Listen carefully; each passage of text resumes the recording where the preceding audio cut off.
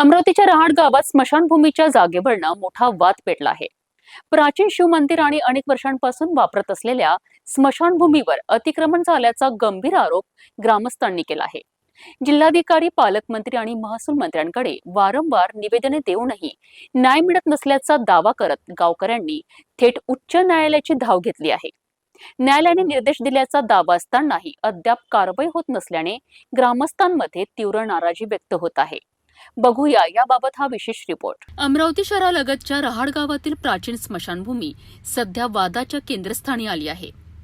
ग्रामस्थांच्या म्हणण्यानुसार या ठिकाणी अनेक वर्षापासून अंत्यसंस्कार केले जातात. तसेच प्राचीन शिव मंदिरही अस्तित्वात आहे.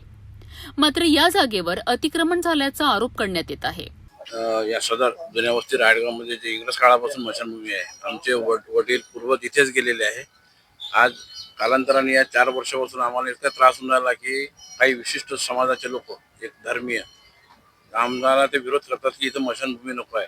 बरं, महाराष्ट्र शासन जे आहे हे त्यांना पाठीशी घालते. आम्ही कोणतंही निवेदन दिलं तर आमच्या निवेदनावर विचार होत नाही आणि आम्ही जिल्हाधिकाऱ्याला 10 वेळा भेटी घेतल्या. जिल्हाधिकारी टाळमटाळ उत्तर देतात.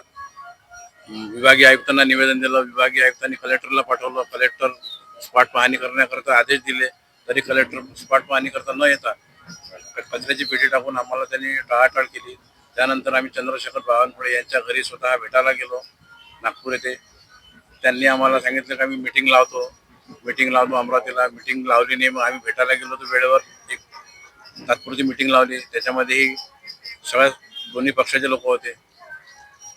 त्याच्यामधून कोणताही असं ठोस निर्णय न काढता तुम्ही दहशत आहे, राहू द्या, जसं आहे तसं नंतर पाहू, हे उत्तर मग पालकमंत्र्यांनी देऊन टाकलं आणि पालकमंत्र्यांनी विषय खतम केला. काय मागणी आहे तुमची? आमची मागणी आहे की ही आमची स्मशानभूमी कायम राहावी. 2 एकर 9 गुंठे जमीन आहे आणि याच्यात केलेलं जे अतिक्रमण आहे ते कमी करावं. शेतात अर्धा एकर शेतच तिकडे स्मशानभूमीवर टाकण्यात आलेलं आहे. गावकऱ्यांनी प्रशासनाकडे अनेकदा पाठपुरावा केला, मात्र अपेक्षित कारवाई झाली नसल्याचे सांगितले जात आहे. आता सध्या ह्या 2-4 वर्षात काही लोकांनी याच्यात अतिक्रमण केलेल्या मुळे ते इथे स्मशानभूमी नको, दुसरी स्मशानभूमी झालेली आहे. ती स्मशानभूमी इथून 4.5 किलोमीटर आहे. कलेक्टर साहेबांनी ते त्याच्याच अधिकाऱ्याकडून काढून घेतलेलं आहे आणि एवढं करून 2 वर्षापासून आम्ही याच्यासाठी भांडत आहे. उपोषण सुद्धा केलं. उपोषण 5 का 6 दिवसाचं उपोषण केलं. त्याच्यानंतरही प्रतिसाद मिळाला आहे. मग आम्ही न्यायालयात गेलो. न्यायालयाने, माननीय उच्च न्यायालयाने आदेश दिलेले आहे की माननीय जिल्हाधिकारी आशिष एरेकर साहेबांना आम्ही भेटलेलो आहे. तसंच माननीय आयुक्त लड्डा मॅडम यांना सुद्धा भेटलेलो आहे. या 2 अधिकाऱ्यांना महानगरपालिकेच्या थ्रू आणि शासनाची जागा आहे म्हणून माननीय जिल्हाधिकारी यांना आदेश दिलेले आहे की तुम्ही 8 आठवड्याच्या आत, मी डॉक्टर गिरी बोलत आहे, चंद्रशेखर गिरी, आम्ही मुळगाव इथचा आहे. इथेच मी ती केस दायर, माझ्याच नावाने केस टाकलेली आहे आणि त्यांनी 8 आठवड्याच्या आतमध्ये तुम्ही काय निर्णय घ्यायचा आहे आणि त्याच्यानंतर 2 आठवड्यात कळवा. तर जिल्हाधिकाऱ्याने फक्त तोंडाला पाणी पुसलेली आहे. मीटिंग लावलेली आहे, VC घेतली होती. VC नंतर त्यांनी म्हणे आपल्याला मीटिंग घ्यावं लागते आणि मीटिंग घेऊन सगळ्या अधिकाऱ्यांना, पण कुठेही आम्ही जसं माननीय उच्च न्यायालयाचे आदेश असताना लेखी आम्हाला कुठलंही काही सादर केलेलं नाही आहे. त्यांना हे म्हटलं की तुम्ही एक पत्र द्या महानगरपालिकेला, साधं शेड, जेवढीच काही जागा आहे अतिक्रमण बाकीचे मंदिर राहून, तरी ते आम्हाला प्रतिसाद देत नाही.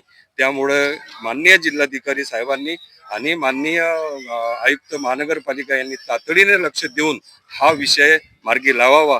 डॉक्टर चंद्रशेखर गिरी आणि ग्रामस्थांनी न्यायासाठी उच्च न्यायालयाची धाव घेतली. न्यायालयाने स्मशानभूमीच्या संदर्भात निर्देश दिल्याचा दावा ग्रामस्थ करीत आहेत.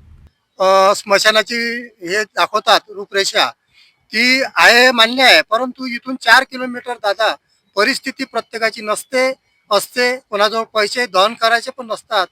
असा हा स्लम एरिया आहे. याचा पण सर्वांनी विचार करायला हवा. आणि विशेष म्हणजे आता 2 वर्ष झाले आम्ही या संघटनेमार्फत लढा देत आहोत.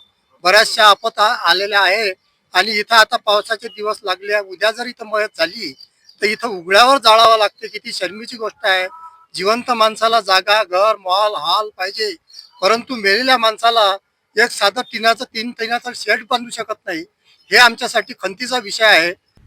तरीही आदेशांची प्रभावी अंमलबजावणी होत नसल्याचा आरोप केला जात आहे. स्मशानभूमीचे फलक हटविणे आणि त्यावर रंग फासल्याचाही आरोप ग्रामस्थांनी केला आहे. रहाडगाव ही जागा सर्वे नंबर 9 81 ही जागा मशानभूमी करता पुरातन काळापासून आहे आणि पुरातन काळापासून इथं मशान चालू आहे आणि आतापर्यंत सुरळीत होतं. परंतु या 2 वर्षापासून काही लोक समाजकंटक इथे विरोध करत आहे. विरोध आमचा नाही, आमचा त्या मंदिराला विरोध नाही ना कोणा लोकांना विरोध नाही. जे आहे फक्त इथं काय एक टिनाचं सेट आणि पाण्या पावसाच्या दिवसात इथं जाळण्याकरता एक जागा पाहिजे. याकरता आम्ही 15 ऑगस्ट 26 जानेवारी 1925 रोजी 5 दिवसाचा आम्ही अन्नत्याग आंदोलन सुद्धा या मशानात केलेलं आहे. त्यात आम्ही सर्व पालकमंत्री, कलेक्टर, आयुक्त यांना सर्व निवेदन सुद्धा दिलेले आहे.